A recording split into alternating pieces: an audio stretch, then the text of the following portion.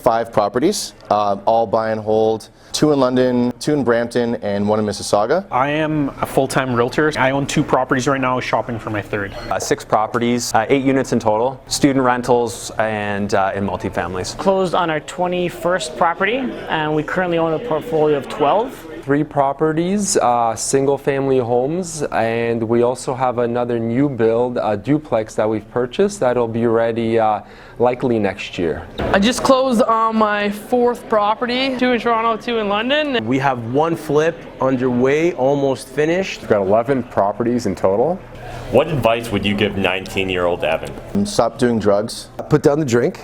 Don't go to the bar as much. And pick up a book. Stop focusing so much on material assets and trying to look good in front of everybody. Man, just do it. Just pull the trigger. Pull the trigger. Get out there, network. Just run your numbers, make sure everything's right. Don't be afraid and just go ahead and just go do it. Find people like you and stalk you and learn everything you know. In today's video, I sit down with different members from the REITE Club. It's an amazing meetup group hosted in Burlington, Ontario. It's one of my favorite meetup groups in the GTA. I actually sit down with about 12 or 15 different investors. And I ask them 3 simple questions about real estate investing. They provide us amazing advice, especially say if you're a 19-year-old that's looking to get started in real estate advice. They go back through a time machine and talk to themselves and share advice that they wish they would have got at the age of 19. Absolutely fire video. If you guys are coming out to the next REITE Club, you'll see me in my red jacket or the rest of the team in red jackets. Definitely come up and say hi. Maybe you'll even be on the next Matt McKeever video. First of all, before we even get into your backstory, Alex, I just want to point something out. They can't see it actually on screen, but I love what you do at networking events. Oh, so the deal with this name tag is I'm a flipper, so it's upside down. It's kind of a nice little fun way to get people's attention, something that stands out. That's part of a general philosophy of your marketing.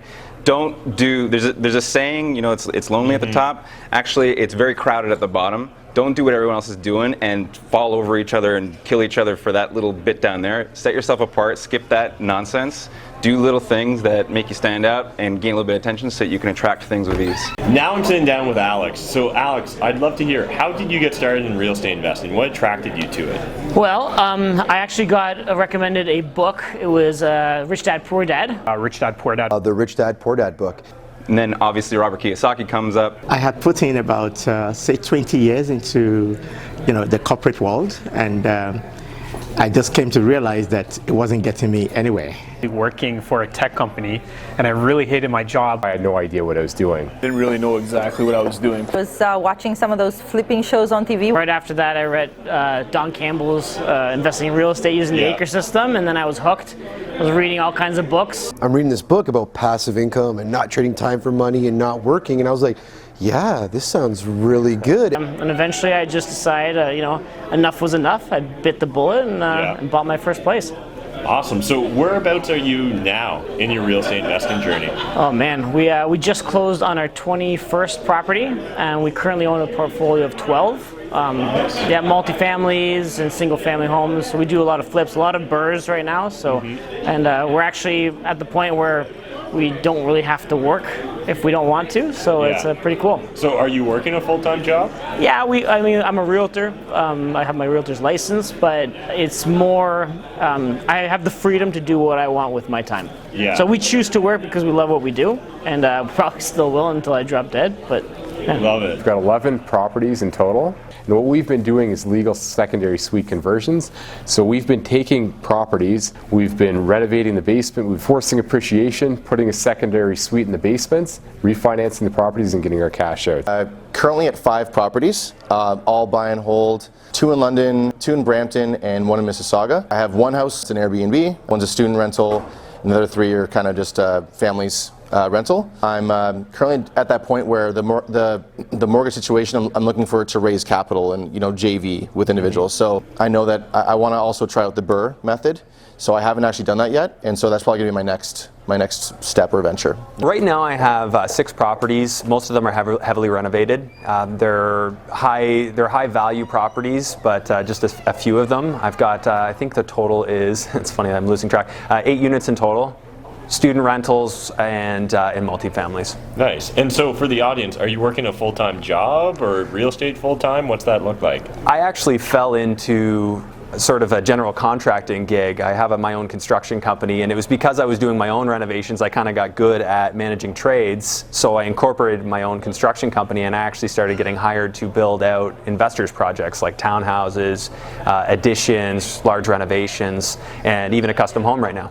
Currently, we own 3 properties, single-family homes, and we also have another new build, a duplex that we've purchased that'll be ready likely next year. Michael, if you don't mind, how did you originally get into real estate investing?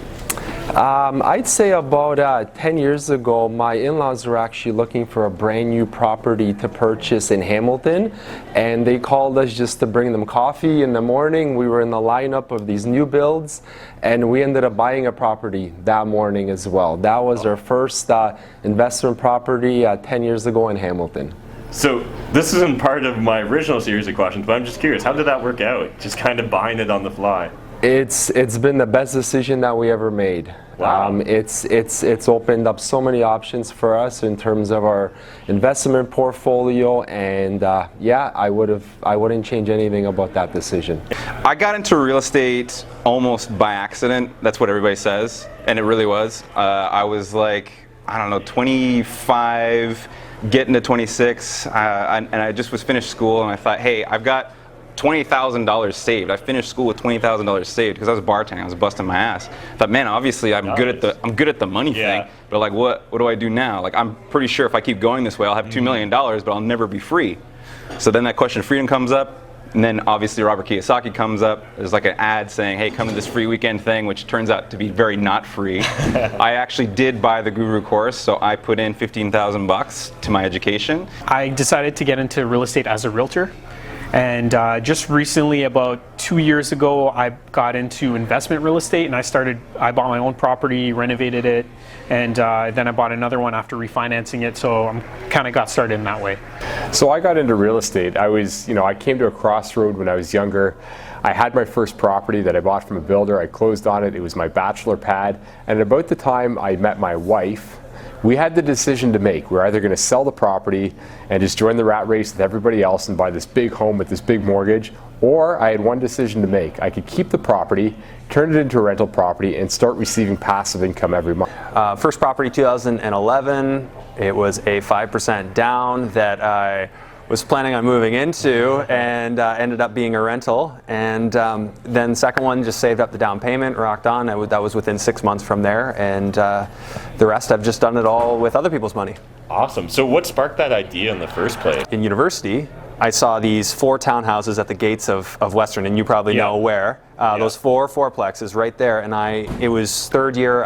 My friends were living there, and I'm like crunching numbers on what they're making. I'm like, oh my God, I gotta own one of these. Really hated the feeling of renting. I wanted to buy my own place. I had some money saved up, but I didn't really know much about investing. But I wanted to move to an area that I knew was a developing, up-and-coming city. I didn't really do a lot of research other than population growth seemed to be promising. So I bought a property in Milton. So I'll live in the property and also have 3 tenants that pay my mortgage. And I didn't even know what house hacking was, and I had no clue. I just knew that if they live with me, they'll pay for a majority of my expenses. My ultimate goal was always to kind of have the freedom to go anywhere and do anything that I want, but also I really liked organizing things, and I like having access to a power team that I can utilize to pull off big projects. Like for me, I love really to load something up and then boom, get that big reward in the end. So that's why I started flipping houses, because it's kind of like a whole struggle, and then boom, you get a big reward in the end. And that was my favorite thing always, to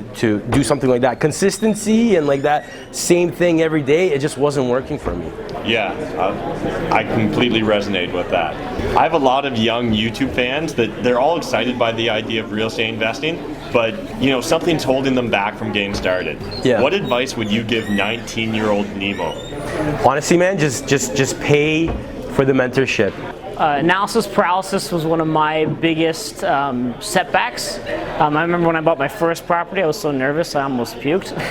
but really, that first property that I almost puked on, I just refinanced and pulled out like $150,000, and it's allowed my wife and I to buy our dream home. So, I mean, it's a no-brainer. Yeah. So, get out there. 100% agree. Yeah. Thanks, Alex. Thanks, really buddy. appreciate it. Yeah, my pleasure. You gotta figure out who you are, there's that old saying, know thyself. Yeah. Figure out who you are. You don't need to know exactly what you want in life. Just know what you like, know what you don't like, respect that, and find a way to make that work. Definitely get your knowledge together. So part of knowing yourself is reading books like How to Win Friends and Influence People, 5 Love Languages, Personality Plus. If you haven't read those, absolutely amazing. You become a better person along the way. You attract the right kind of people in your life, and you know the kind of strategies that you want to do moving forward.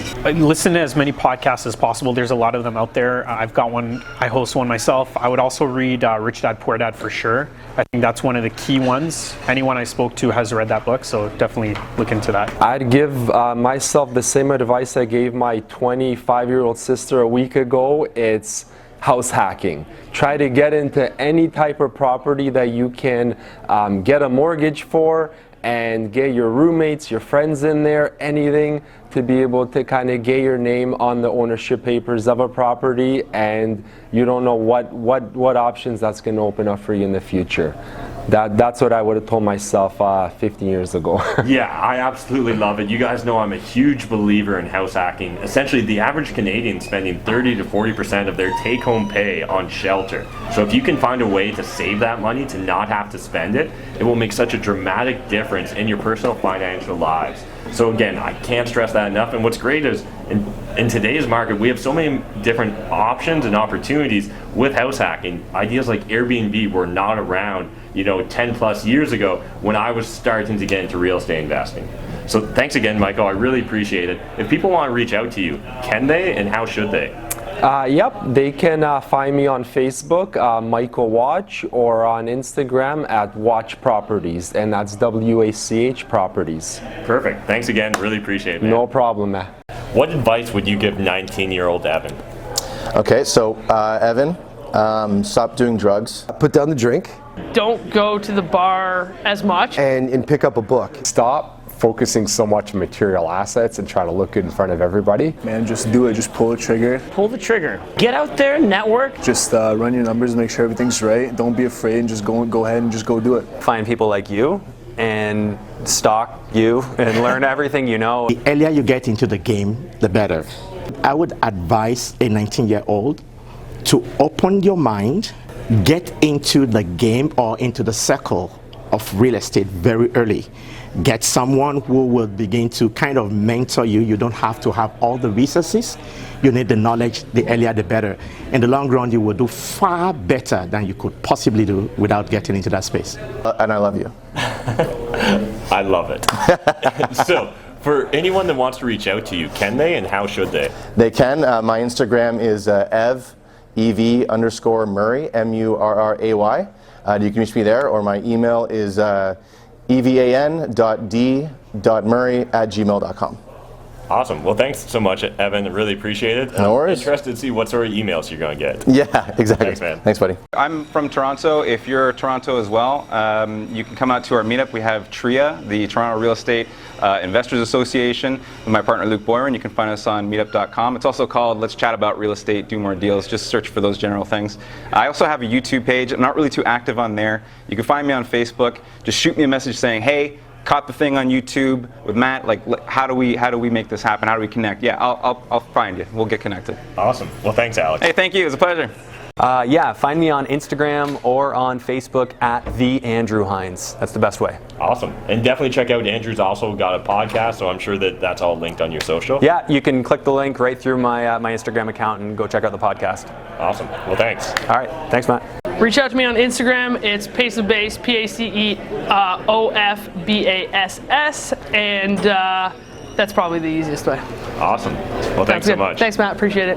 Hit me up on Instagram. It's Andrew Ballack, and I'll be happy to answer any questions, talk to you if you need any support. Hit me up for sure. Awesome. Love it. 100% agree. Thanks so much for doing this. Yeah. And so if people want to get a hold of you, what's the best way for them to reach out? JAGproperties.com, therightclub.com. If you can't find me there, get a better connection. Awesome.